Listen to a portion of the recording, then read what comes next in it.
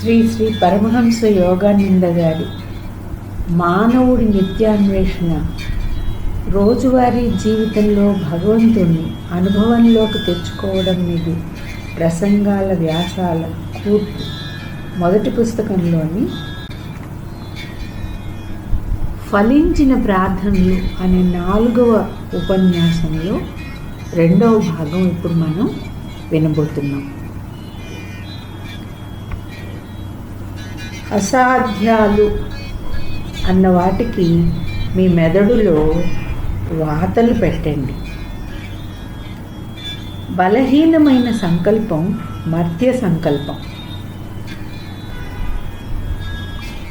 పరీక్షలు, వైఫల్యము దాన్ని ఖండించగానే అమేయుడైన భగవంతుడి విద్యుదుత్పాదక యంత్రం డైనమో నుంచి అది దాని సంబంధాన్ని పోగొట్టుకుంటుంది. కానీ మానవ సంకల్పానికి వెనక ఎన్నడూ విఫలం కాని దైవ సంకల్పం ఉంది. చావుకైనా సరే దైవ సంకల్పాన్ని అడ్డగించే శక్తి లేదు. వెనకాల అవిచ్ఛిన్న సంకల్ప బలమున్న ప్రార్థనను భగవంతుడు నిశ్చయంగా నెరవేరుస్తాడు.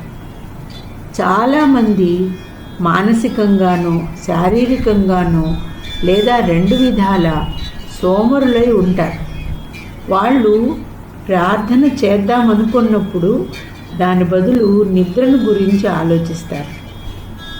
తల జోగినప్పుడు పక్క మీదకు వాళ్తారు. అంతటితో ప్రార్థన సరి, గోతిలో పూడుకొని పోతుంది.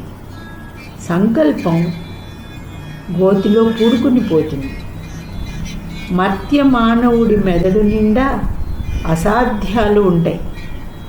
కొన్ని రకాల స్వభావాలు, అలవాట్లు ఉన్న కుటుంబంలో పుట్టడం వల్ల వాటి ప్రభావానికి లోబడిపోయి కొన్ని పనులు తాను చెయ్యలేను అనుకుంటాడు.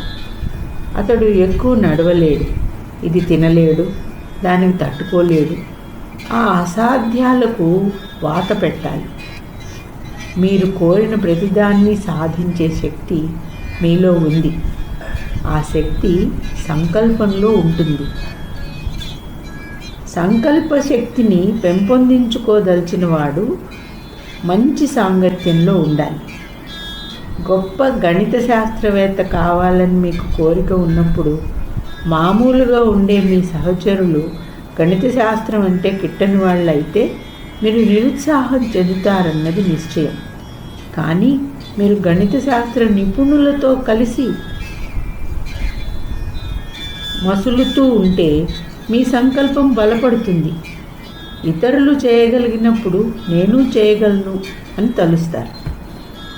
సంకల్పాన్ని పెంపొందించుకోవాలన్న ఉత్సాహంలో ముందే పెద్ద వాటికి ఎగబడకండి.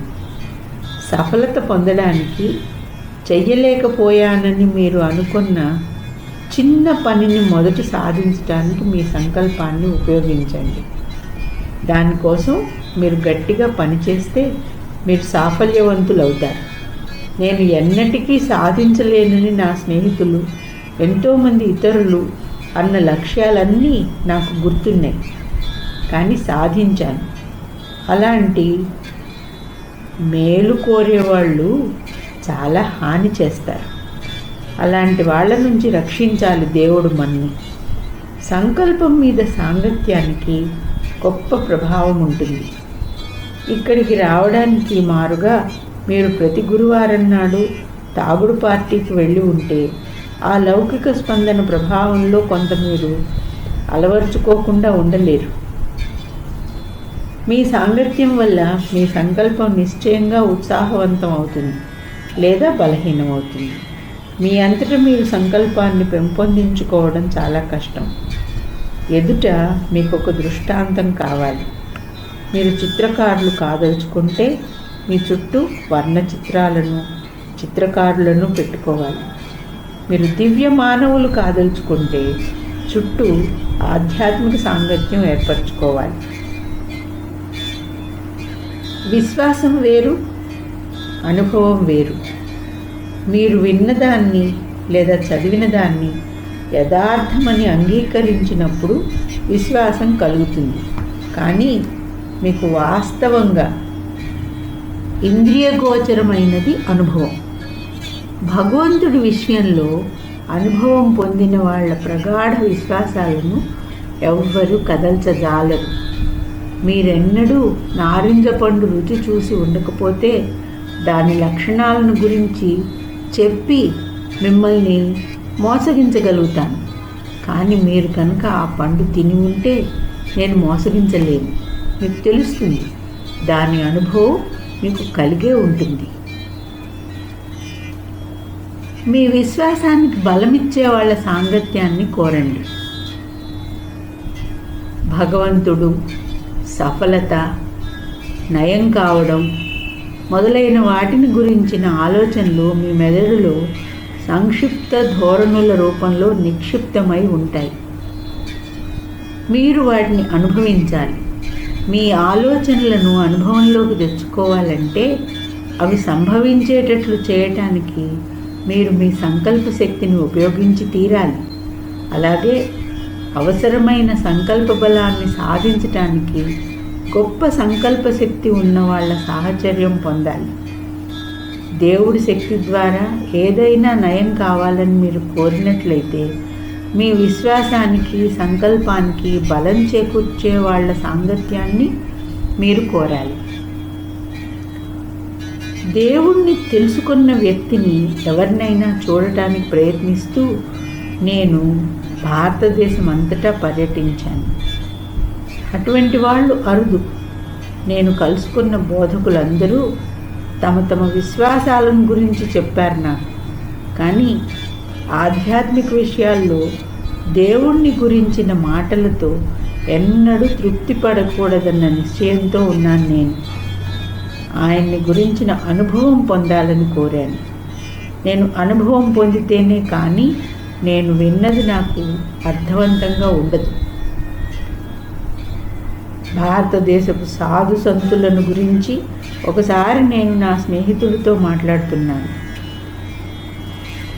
అతడు ఒక బ్రోకరు.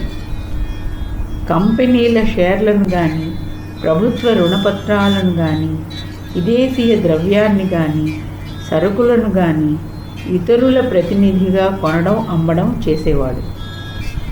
సాధువుల విషయంలో నాలాగా అతడు ఉత్సాహం చూపించలేదు.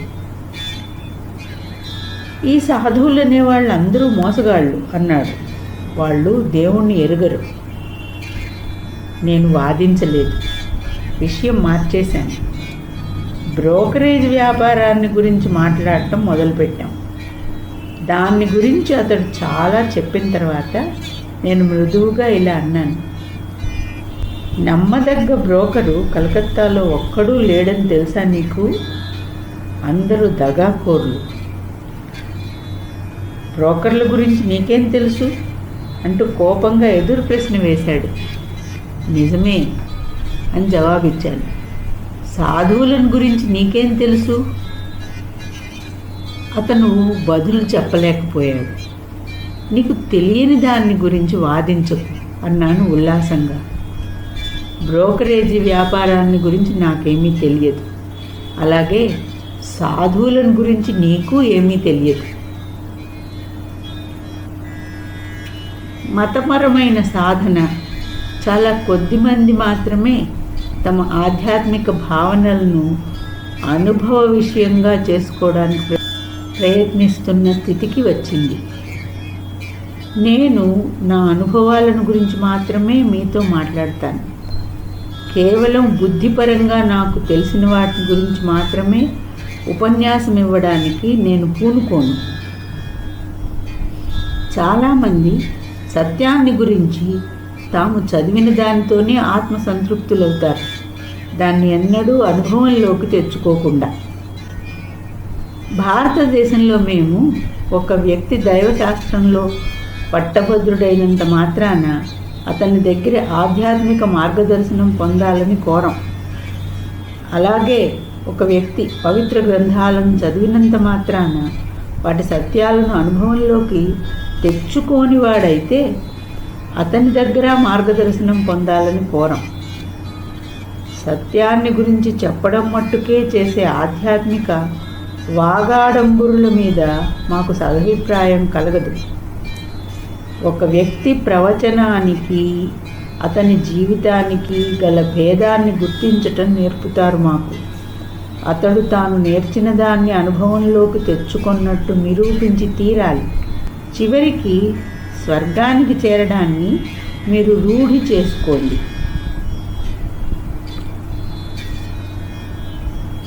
మీ ఆధ్యాత్మిక ప్రగాఢ విశ్వాసాలను అనుభవంలోకి తెచ్చుకోవడానికి మీరు ప్రయత్నించినప్పుడు మీకోసం మరో లోకం వెల్లడి కావడం మొదలవుతుంది.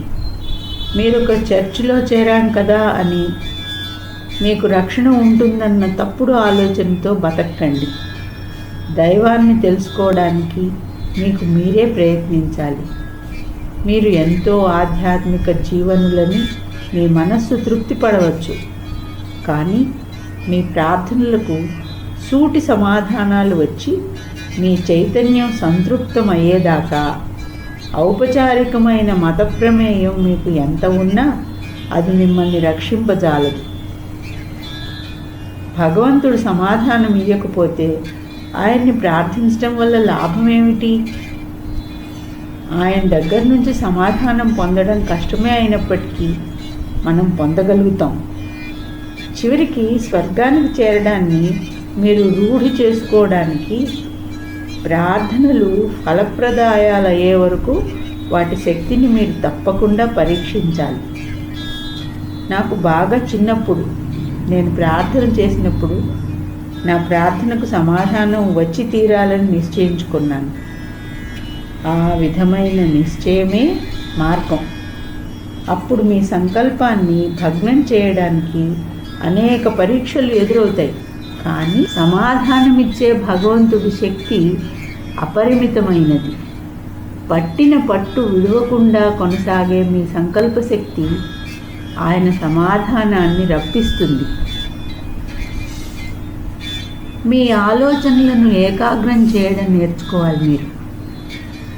కాబట్టి ఏకాంతంగా ఉండడానికి టైం ఉండటం ముఖ్యం.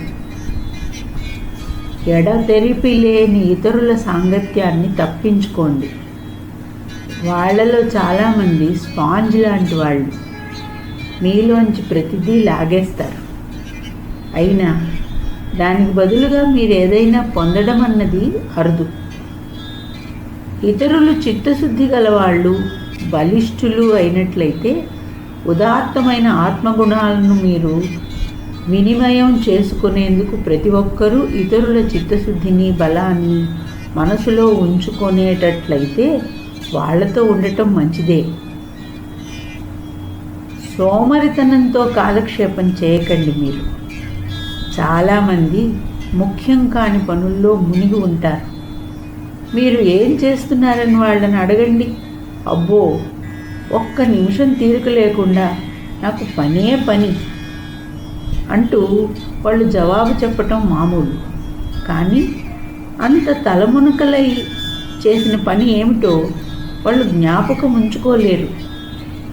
అత్యధికమైన వేడుకలు కూడా మీ మానసిక శక్తులను బలహీనపరుస్తాయి.